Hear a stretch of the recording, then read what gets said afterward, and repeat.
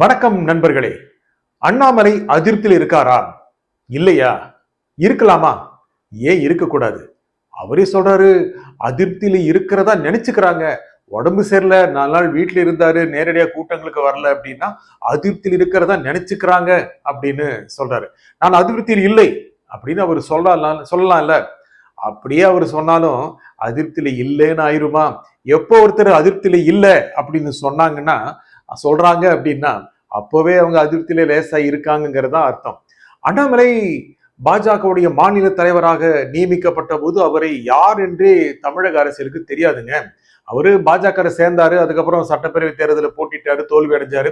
அடுத்து என்ன நடக்கும்? எல் முருகன் போஸ்ட்ல யார் வருவாங்க, அவருக்கு மத்திய அமைச்சர் பதவி கொடுக்கும்போது யார் வருவாங்க நினைக்கும் போது நிறைய பேரோட பேர் அடிபட்ட போது அண்ணாமலைய மத்திய பாஜக அறிவிச்சது. யார் இந்த அண்ணாமலை அப்படின்னு தேடினாங்க. அதுக்கப்புறம் வந்தாரு, கடுமையா விளாசினாரு, தன்னுடைய வார்த்தைகளாலேயே அப்படியே கட்டி போட்டாரு. அவங்கள திட்டினாரு, இவங்கள திட்டினாரு, விமர்சனம் பண்ணாரு, குடைச்சல் கொடுத்தாரு. பெரிய அளவுக்கான ஒரு தலைவரா மாறிட்டாரு. பாஜக தமிழ்நாட்டில் வளருவதற்கு அண்ணாமலை முக்கிய காரணம். அவர் ஒரு வித்தியாசமான தலைவராக இருந்தார். நான் எத்தனையோ பேரை பார்த்திருக்கேன். நான் பாஜகவுடைய மாநில தலைவர்கள் பல பேரை நான் பேட்டி எடுத்திருக்கேன். எல்லாருமே மிக திறமையானவர்கள், அதுல எந்த குறைச்சலும் இல்லை. திரு எல் கணேசன், மனிதர் எல் கணேசனா இருக்கணும், இல்ல இப்போ குடியரசு துணைத் தலைவராக இருக்கிற திரு சி.பி. ராதாகிருஷ்ணன், அப்புறம் தமிழிசை சவுந்தரராஜன், இந்த மாதிரி நிறைய பேர் தமிழக பாஜக தலைவராக இருந்திருக்காங்க. எல்லோரும் ஆழமான படிப்பு கொண்டவர், அறிவு கொண்டவர். ஆனால் அண்ணாமலை வித்தியாசமானவர். அவர் ஒரு திராவிட கட்சி தலைவர் போலவே செயல்பட்டார். கிட்டத்தட்ட பாஜகவை இன்னொரு திராவிட கட்சியாவே மாத்திட்டாருன்னு சொல்லணும். அவருடைய செயல்பாடு அப்படி இருந்தது. ஏன்னா இங்க அந்த ஸ்டைல் தான் எடுபடும், அந்த ஸ்டைல் தான் செல்வாக்கு பெறும் அப்படின்னு தெரிஞ்சு அதை பண்ணாரு. அதன் மூலம் நல்ல செல்வாக்கு பெற்றாரு. கடந்த மக்களவை தேர்தலில் அவருடைய தலைமையில் இருந்த மாநில பாஜக நல்ல ஒரு அளவுக்கான வாக்கு சதவீதம் பெற்றது. பாஜக கூட்டணி கிட்டத்தட்ட 18%, பாஜக மட்டுமே 10-10.5% அளவுக்கு வாக்கு பெற்றது. இதற்கு அண்ணாமலை ஒரு முக்கிய காரணமா இருந்தார். அவர் இருந்த காலத்தில் பல்வேறு திட்டங்களை முக்கியமாக குறை சொன்ன தமிழக அரசு குறை சொன்னவரா இருந்தாரு. நிறைய குறை சொன்னாரு. திமுக அரசை பத்தி நிறைய ஃபைல்கள் கொண்டு போய் கவர்னர்கிட்ட கொடுத்தாரு, பெட்டி பெட்டியா கொடுத்தாரு. என்ன ஆச்சுன்னு தெரியல. ஆனா இந்த மாதிரி ஒரு வேகத்துல போனவர் 2 திராவிட கட்சிகளுக்கு மாற்றாக பாஜக வளரணும் ரொம்ப ஆசைப்பட்டாரு. 2026 பாஜக ஆட்சி அமைக்கணும் அப்படின்னு ஆசைப்பட்டாரு. அது பாஜகவுக்கு சொன்னதில்லை, தனக்கே சொன்னதுதான். அடுத்த 2026 முதலமைச்சர் வேட்பாளர் அண்ணாமலை அப்படின்னு அறிவிச்சாங்கன்னா ஜெயிக்கிறாங்களோ இல்லையோ அந்த ஒரு பெரிய ஒளி கிடைச்சிருது இல்ல, அந்த ஒளி தன்மேல படினும் நிச்சயமா அண்ணாமலை ஆசைப்பட்டாரு. அதன் வகையில திமுகவை கடுமையா பேசுற அதே சமயத்துல அண்ணா திமுகவை கடுமையா குத்துனாரு. சரி, ஜெயலலிதா விமர்சனம் பண்ணாரு, அண்ணாதுரை விமர்சனம் பண்ணாரு. அதெல்லாம் அண்ணா திமுக ரொம்ப பெரிய அளவுக்கு ரியாக்ட் பண்ணாட்டி கூட உள்ள குமிரடித்தான் இருந்தாங்க. முக்கியமாக கொங்கு மண்டலத்தில் வளர்ந்தார், அது முக்கியம். அது எடப்பாடி பழனிசாமியை உறுத்தியது. என்னடா தான் மிகப்பெரிய ஒரு கிங்கா இந்த மண்டலத்தில் இருக்கும்போது இன்னொரு அரசர் முளைச்சு வர்றாரு அப்படின்னு எடப்பாடி பழனிசாமி நினைச்சு தக்க சமயத்துல 2023 இறுதியில பாஜகவோடு உறவை துண்டித்தார். இது அவர் ஏதோ பாஜக உறவு வர்றது நல்லது அப்படின்னு நினைச்சாருங்கிறத விட அண்ணாமலையை வச்சுக்கிட்டு ஒன்றும் செய்ய முடியாது, அவரா தானாங்கிற போட்டி வந்துருச்சுன்னு நல்லாவே எடப்பாடியை தெரிஞ்சு கட் பண்ணி விட்டாரு. அதுக்கப்புறம் 2 கட்சிகளும் சேர்ந்திருந்த சில இடங்களை வென்றிருக்கலாம். ஆனால் இப்பொழுது கிட்டத்தட்ட 6 மாதங்கள் முன்னால ஏப்ரல் மாசம் அடுத்த சட்டப்பேரவை தேர்தலுக்கு அப்பவே பாஜக அதிமுக கூட்டணி அமைச்சு அதுக்கு முக்கியமான ஒரு நிபந்தனையா எடப்பாடி வச்சது அண்ணாமலை கட் பண்ணி விடுங்க, அண்ணாமலையை பாஜக கட் பண்ணி விட்டுச்சு. இது அண்ணாமலைக்கு அதிருப்தி கொடுக்காதா? தான் ஒரு சோல்ஜருங்க அப்படின்னு சொல்லாட்டியும் அவருடைய பெரிய அளவுக்கான தொண்டர் படை இருக்கே, அவருடைய ஃபேன் பேஸ் இருக்கே, அவருடைய ஃபேன் பேஸ் கிட்டத்தட்ட எல்லா கட்சிகளையும் இருக்காங்க தான் நிச்சயமா சொல்லணும். ஏன்னா விஜய்க்கான ரசிகர்கள் எல்லா கட்சியிலும் இருக்கிற மாதிரி அண்ணாமலைக்கும் ரசிகர்கள் உண்டு, அவர் எல்லா கட்சியிலும் இருக்காங்க. அவங்க எல்லாருமே அண்ணாமலை இப்படி கல்தா கொடுத்துட்டாங்களே அப்படின்னு ரொம்ப நினைச்சாங்க. சில பேர் ரொம்ப சந்தோஷப்பட்டாங்க. இந்த அதிருப்தி நிறைய பேருக்கு இருந்து அவருக்கு இருந்தது. சரி, கல்தா கொடுத்தாச்சு, இப்ப அடுத்தது என்னங்க அப்படின்னு பார்க்கும்போது ஒரு பெரிய பதவி கிடைக்கும், மத்திய அமைச்சர் பதவி கிடைக்கும், எம்பி பதவி கிடைக்கும், கவர்னர் பதவி கிடைக்கும். ஐயோ, வயசாகி போச்சு கவர்னர் பதவியில் உட்கார்றதுக்கு, எவர் ஏதோ பதவி கிடைக்கும். தென் மாவட்டங்களை தென் மாநிலங்களை கட்டியாலும் ஒரு நிர்வாகம் செய்கின்ற ஒரு பொறுப்பு கிடைக்கும் அப்படின்னு நினைச்சாங்க. தென் மாநிலங்கள் எதுக்குங்க அவருக்கு? தமிழ்நாட்டுல தனி ஆவர்த்தனம் செய்ய விடுங்க அப்படிதான் அவர் மனசு நினைக்குது. அதுக்கு பாஜக என்ன பண்ணணும்னு தெரியல. இன்னும் கூட மத்திய பாஜக, தேசிய பாஜகவுக்கு தலைவர் நியமிக்கப்படல, மாற்றப்படல.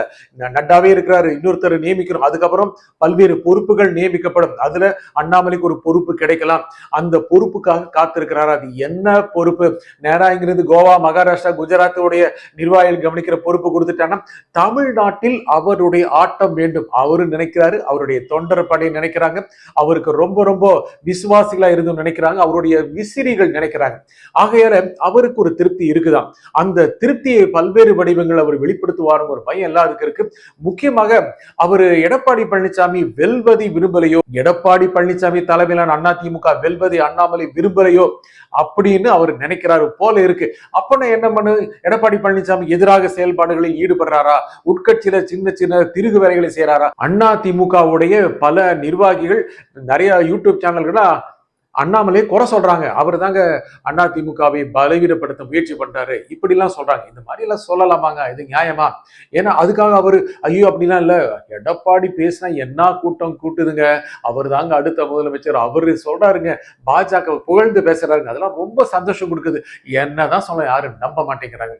அவர் உள்ளுக்குள்ள பிரச்சனை கிளப்புறாரோ, ஒருவேளை செங்கோட்டையின் பின்னால் அவர் இருக்கிறாரோ அப்படின்னு அதிமுக காரங்க பல பேருக்கு அந்த சந்தேகம் இருக்கு. அப்படியே அந்த மண்டலத்துல கொஞ்சம் கொஞ்சமா கத்திரிகள் போட்டு விட்டால் அதிமுக பலவீனம் அடைஞ்சிரும். அங்க பாஜக வளர், முக்கியமாக அண்ணாமலை வளர்வார். அதுனா பாஜக கசக்குமா என்ன? தேசிய பாஜக இல்ல இங்க அண்ணாமலை இருக்கக்கூடாது, நயினா நாகேந்திரன் தான் தலைவரா இருக்கணும் அப்படின்னு நினைக்கிறாங்களா? யாருனாலும் இருக்கட்டும், வளர்த்து காமிங்கப்பா அப்படிதான் அவங்க நினைப்பாங்க. ஆகையால அந்த திட்டம் செயல்படுத்துறாரோ அப்படின்னு நிறைய அதிமுக காரங்களுக்கு சந்தேகம் இருக்கு. எடப்பாடிக்கு ரொம்பவே சந்தேகமா இருக்கு. அண்ணாமலை புகழ அவருக்கு இன்னும் கூட கஷ்டமா இருக்கு, எதுக்குதான் இவர் புகழாரோ அப்படின்னு. இந்த மாதிரி ஒரு சூழ்நிலையில அண்ணாமலை ஒரு தனி சக்தியாக வளர்ந்துட்டாருங்கிறது மறுக்கவே முடியாது. அவர் மேல நிறைய குற்றச்சாட்டுகள், அவர் அப்படியே கோடிக்கணக்கில் சொத்து வாங்கிட்டாரு, அவர் சொத்து குவிச்சிட்டாரு, இதெல்லாம் இருக்கும்போது விளக்கம் கொடுக்கிறாரு. ஏங்க விளக்கம் கொடுக்கணும்?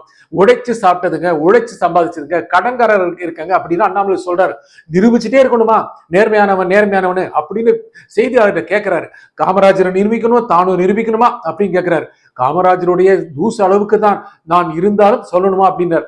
அப்படி போற போக்குல காமராஜருக்கு சமம் போல பேரலல் போல ஒரு பிம்பத்தை கொடுத்துட்டாரு பாத்தீங்களா? நிறைய தொண்டர்கள் இப்போ கமெண்ட் போடுறவங்க கூட நம்முடைய வாழும் காமராஜர் அண்ணாமலை அப்படின்னு போடுறாங்க. அப்படி ஒரு அண்ணாமலை ஒரு காமராஜர் போன்ற ஒரு பிம்பமாக உயர்த்துவதற்கு தொண்டர் படை மட்டுமல்ல அண்ணாமலை விரும்புறாரு அப்படின்னு இந்த பேச்சிலிருந்து தெரியுது. இப்படி பிம்பத்தை கட்டமைக்கிறது மூலம் என்ன ஆக போறாரு? பாஜக மிகப்பெரிய தலைவர் ஆக போறாரா? நிறைய பேர் என்ன சொல்றாங்க, இல்லைங்க சில பெரிய தலைவர்கிட்ட அவர் பேசிட்டு இருக்காரு, அதிருப்தியில் இருக்கிறாரு, அந்த அதிருப்தி மேலிடத்துக்கு போகட்டும், ஏன் அவர் அதை சொல்லக்கூடாது?